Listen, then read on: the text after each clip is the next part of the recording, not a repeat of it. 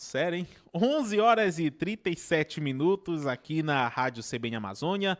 Voltamos agora com nossa coluna Conexão Brasília. Rômulo Pinheiro participando aqui da nossa programação via Skype. Luiz Augusto também. Aliás, Luiz Felipe Santos, confundi os Luizes agora. Participando lá em Macapá desse assunto. Rômulo, muito bom dia. Muito bom dia, meu amigo Ronaldo Santos, e um forte abraço para o Luiz aí em Macapá. Vamos então falar a respeito das decisões da Justiça que reforçam o combate à intolerância religiosa no país. É um assunto sempre muito importante e necessário para a gente falar, né, Rômulo? Quais foram essas decisões e a importância delas?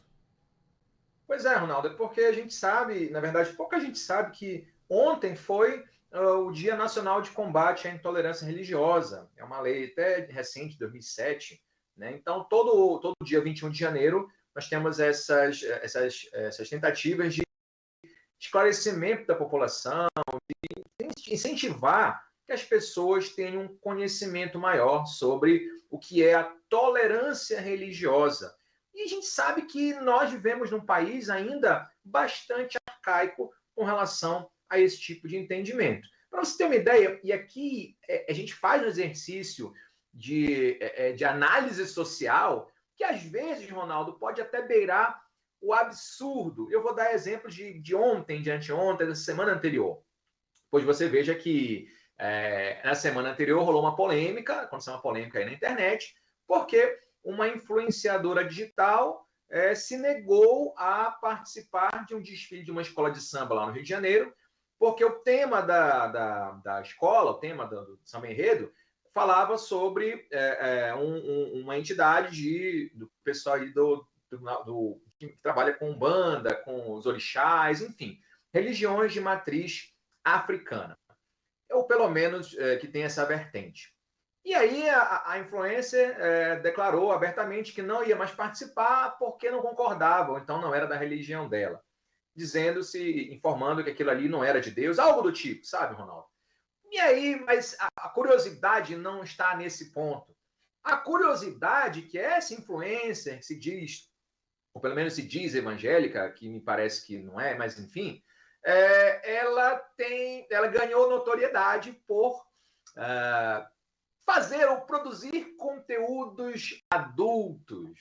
Então, você veja que é uma pessoa conhecida por produzir conteúdo adulto, em tese, nós somos livres para fazê-lo, mas paga, ou pelo menos quer passar uma imagem de guardiã da moral da religião alheia, ou pelo menos da religião própria, atacando a religião alheia. E isso parece uma questão absurda, que ganha notoriedade na imprensa, mas você vai pegar um histórico, temos vários e vários casos, desde até que é jocoso, até cômico, para não dizer assim, mas outros mais famosos também. Por exemplo, acho que o ano passado, a cantora Cláudia Leite alterou uma letra de uma música que também fazia referência a religiões de matriz africana, alterou o nome de uma entidade para Jesus. Isso gerou uma polêmica muito grande, porque na visão de muitas pessoas, essas religiões representam algo contrário a Deus. E nós sabemos que isso também esconde uma camada muito forte de um preconceito religioso,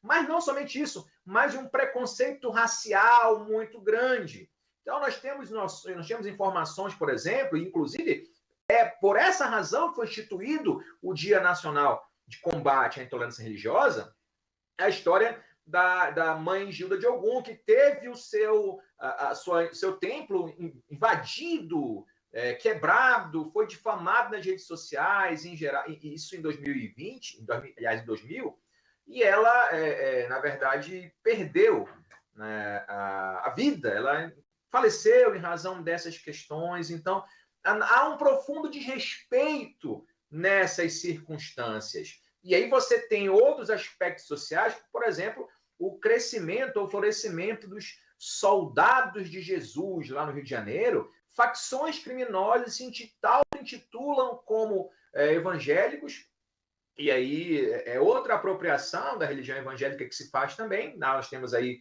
vertentes da religião evangélica que com certeza não concordam com isso, mas se autodenominam evangélicos e também promovem, além de promover o terror social naquelas comunidades, também promove o terror religioso, expulsando pessoas que praticam religiões de matrizes africanas daquela localidade, ameaçando, quebrando templos e, em geral, promovendo o pânico naquelas pessoas. Então, é isso que é importante trazer esse debate.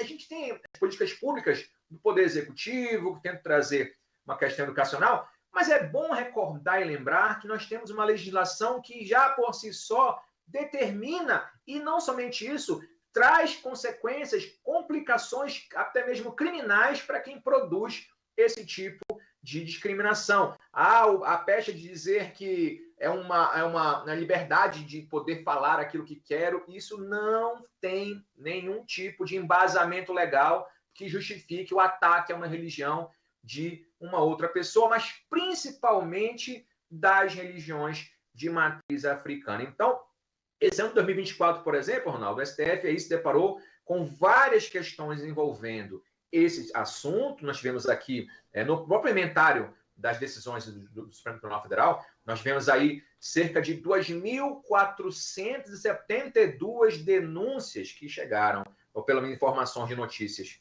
né? E também denúncias propriamente ditas de processos que chegaram ao tribunal, com 3.853 violações à liberdade religiosa. Então, você tem um número absurdo, isso que chega até a justiça, fora aquilo que nem sequer é noticiado nesse sentido. Então, é uma coletânea imensa de violências a esse tipo de religião, a essas pessoas que professam a religião, quando nós temos a legislação muito clara definindo que isso é crime, ou seja, atacar sobre qualquer tipo de aspecto ideológico ou mesmo físico essas profissões de fé. E claro que o Supremo não faz aí vista grossa a isso. No ano 2024 nós tivemos várias decisões que tentaram minimizar essas questões, Ronaldo. Você vê aí, em setembro mesmo, nós temos julgamento daquela questão da recusa por convicções religiosas, da questão das pessoas que seguem a religião das testemunhas de Jeová, aquela questão do sangue. A gente trouxe aqui no passado a transfusão de sangue, ou seja, que era lícito, era possível que eles recusassem esse tratamento, uma questão religiosa.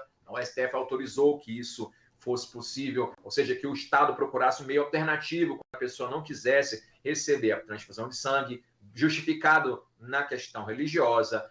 Nós tivemos aí também roupas e acessórios e documentos públicos para bater foto, né? Alguns órgãos se recusavam ou não autorizavam que as pessoas estivessem com indumentárias religiosas em fotos de documentos oficiais. O Supremo entendeu que isso era uma violação a um direito de expressar o sentimento religioso e autorizou que isso acontecesse. Símbolos religiosos em órgãos públicos, muito embora o Estado seja laico, mas o STF também reconheceu que, não fugindo a essa característica, era possível, então, ter um crucifixo, por exemplo, numa sala de audiências ou algo do tipo. Ou seja, nós tivemos várias decisões, por exemplo, a questão envolvendo o debate sobre ensino religioso nas escolas, rituais com animais. Algumas religiões usam animais em rituais, isso também chegou ao Supremo Tribunal Federal. E o principal, o carro-chefe daquilo que o Supremo decidiu, foi a questão dessa discriminação religiosa e a liberdade de expressão, que desde 2018 o Supremo Tribunal Federal vem dando decisões no sentido de impedir esses excessos, porque sob a justificativa de expressar uma opinião daquilo que o outro professa, eu ataco, as pessoas atacam, então, as entidades ou práticas e costumes ou rituais religiosos das religiões alheias. E isso está umbilicalmente ligado à questão também racial, porque você não vê esse ataque muito forte às religiões orientais, por exemplo. Então, você tem aí o budismo, você tem aí outras religiões nessa seara que não sofrem, também não são cristãs, ou pelo menos não são cristãs, não sofrem tanto essa intolerância como as religiões de matriz africana sofrem no país.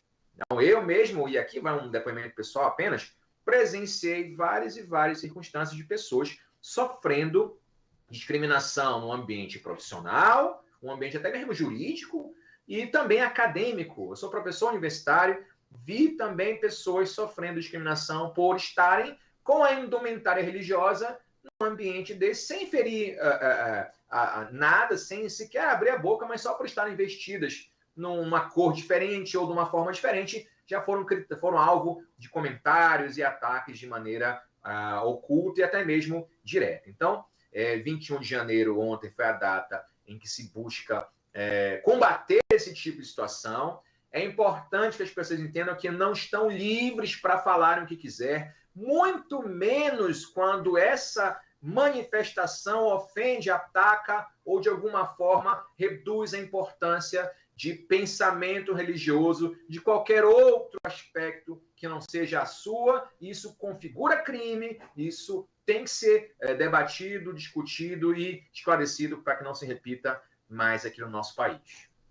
Importante, né, essa decisão e que reforça esse combate à intolerância religiosa aqui no país. É um assunto que precisa realmente ter muito destaque e ser falado de maneira direta para todos e todas. Intervalo 11h48. No próximo bloco a gente vai mudar o assunto, a gente vai falar sobre os indiciamentos dos diretores da Polícia Rodoviária Federal no caso do 8 de janeiro. CBN Pautas do Dia volta já.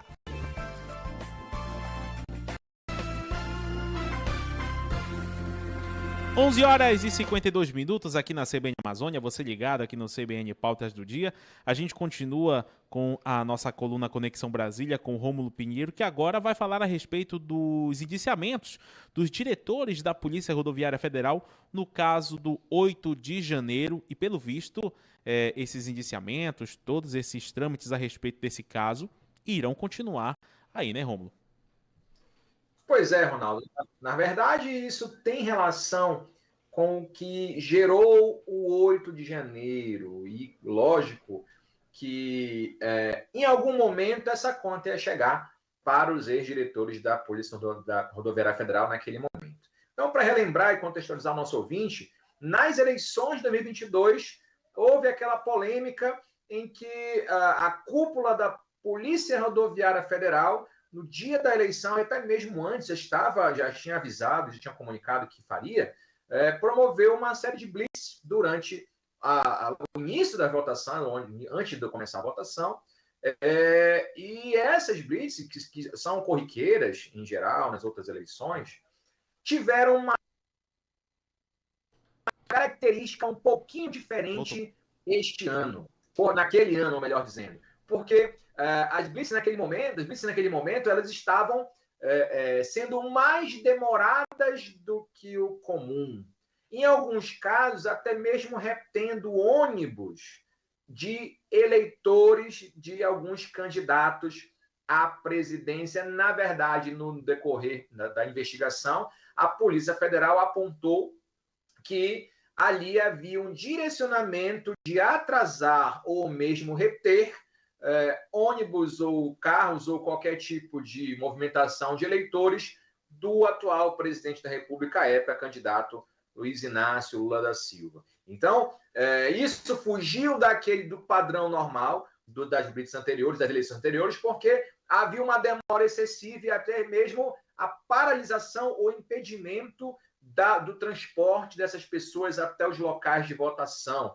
Anteriormente a essa informação, inclusive, o ministro Alexandre de Moraes já tinha determinado a suspensão dessas ordens para facilitar o acesso às pessoas aos locais de votação, e a cúpula da PRF não somente descumpriu a ordem do ministro à época, ali em outubro de 2022, como manteve e ainda conseguiu reter muitas pessoas, impedindo o acesso delas às eleições, às cabines de votação. E aí a gente tem também um recorte que a Polícia Federal trouxe, Ronaldo, que informa que grande parte, ou a maior parte dessas blitzes ocorreu no Nordeste, não somente por isso, mas porque ali havia um reduto maior do candidato que venceu as eleições. Então, foram no relatório final que a Polícia Federal apresentou para o Supremo Tribunal Federal, apontou os crimes de desobediência, porque a ordem foi determinada para que não acontecesse, houve desobediência por parte da cúpula da PRF,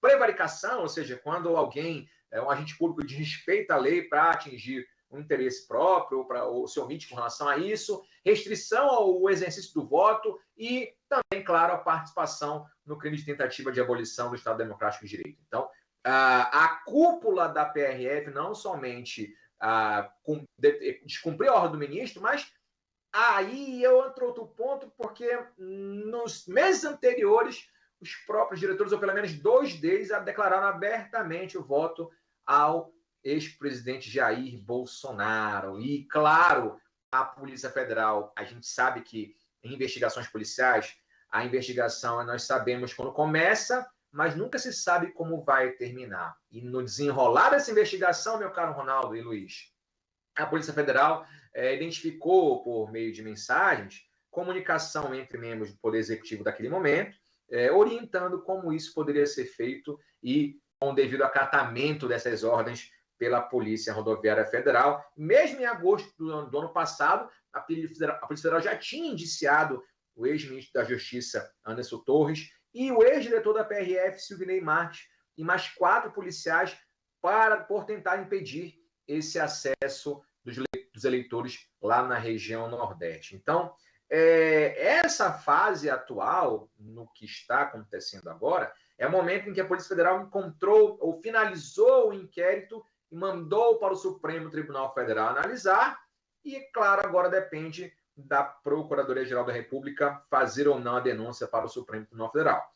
Isso vai ainda ao encontro das obrigações que o procurador tem também, ou está pronto, ou está prestes a produzir a denúncia contra o ex-presidente Jair Bolsonaro e aquele entorno que teriam, na visão da PGR e na visão da Polícia Federal, promovido os atos atentatórios ao Estado Democrático de Direito, entre outros crimes ali apontados. Então, a expectativa é que isso, até agora, o início do retorno agora das atividades forenses, tribunais já voltaram essa semana, o Supremo Tribunal Federal deve volta em fevereiro, e a expectativa é que já tenha-se essa denúncia contra o ex-presidente e o seu entorno com relação ao crime de abolição ou tentativa de abolição do Estado Democrático de Direito, e mais à frente a denúncia apresentada contra os diretores da PRF. Agora, um ponto de curiosidade, e aqui fica apenas para mencionar, a PGR denunciou, já ofereceu denúncia essa semana contra o famoso Léo Índio, que é aquele primo dos filhos do sobrinho do ex-presidente da República, por incitação ou participação na execução dos atos de 8 de janeiro. Então, agora o Supremo volta a trabalhar em fevereiro, a demanda vai ser alta para esses processos, e claro que a gente vai acompanhar passo a passo e trazer para o nosso ouvinte aqui sempre a informação de melhor qualidade aqui da capital federal, meu amigo Ronaldo Santos. Rômulo, muito obrigado por participar aqui da nossa programação, trazendo essas informações importantes aí direto de Brasília. Forte abraço e até a próxima quarta. Tá certo, então, chegamos ao